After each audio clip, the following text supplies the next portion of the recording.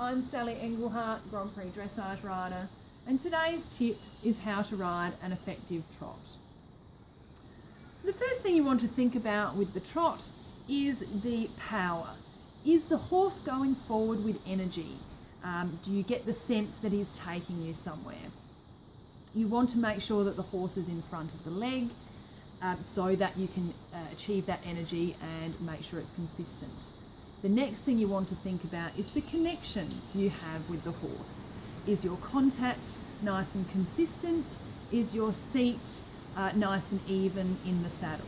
You want to make sure that you can feel both sides of the horse's mouth. Make sure that the pressure in each rein is the same.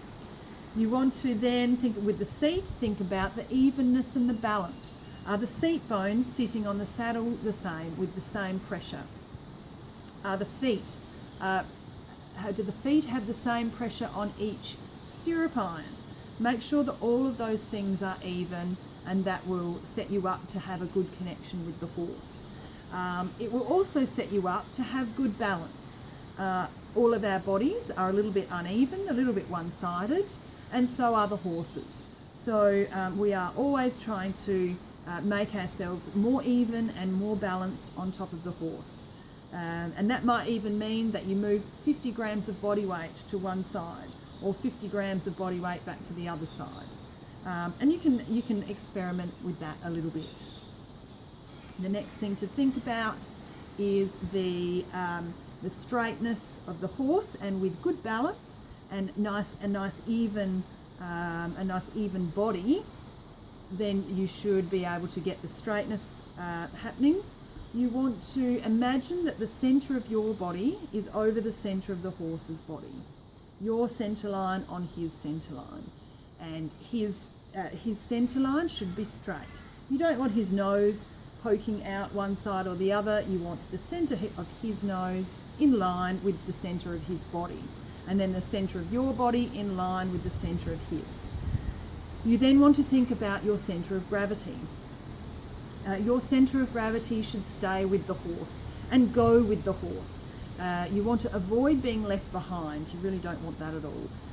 When you get left behind, then that's a recipe for a downwards transition or a slowing of the horse.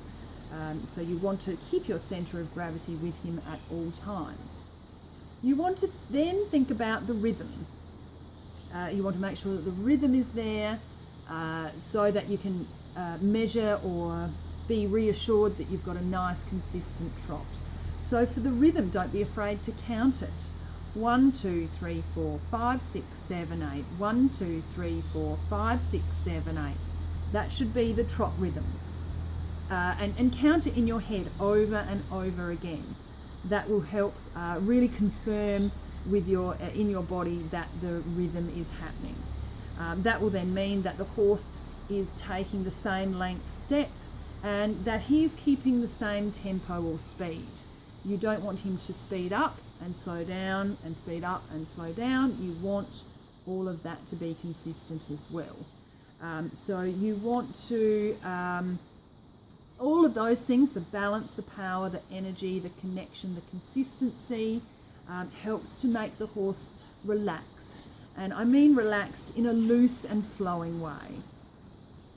And when you've got a loose, flowing, relaxed horse, then he can do his work easily and he will be listening to you. A little activity for the trot is to make the trot steps bigger and then shorter, or longer and shorter.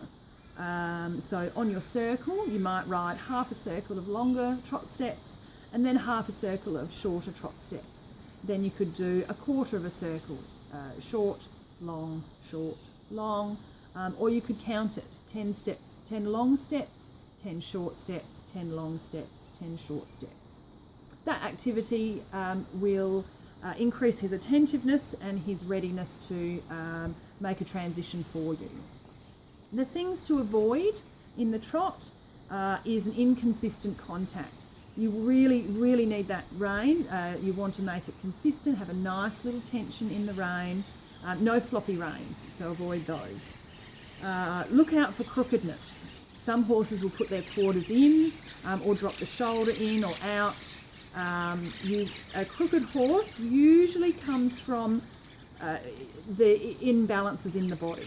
So you will often have to be quite assertive with the balance of your body. So there'll be moments where he will rock you to the outside, and you'll think, oh my God, here I am, and I've got more body weight on the outside. You know, I didn't put it there. No, you probably didn't. The horse probably did. So make sure that the centre of you is always over the centre of him, and you will have to work at that.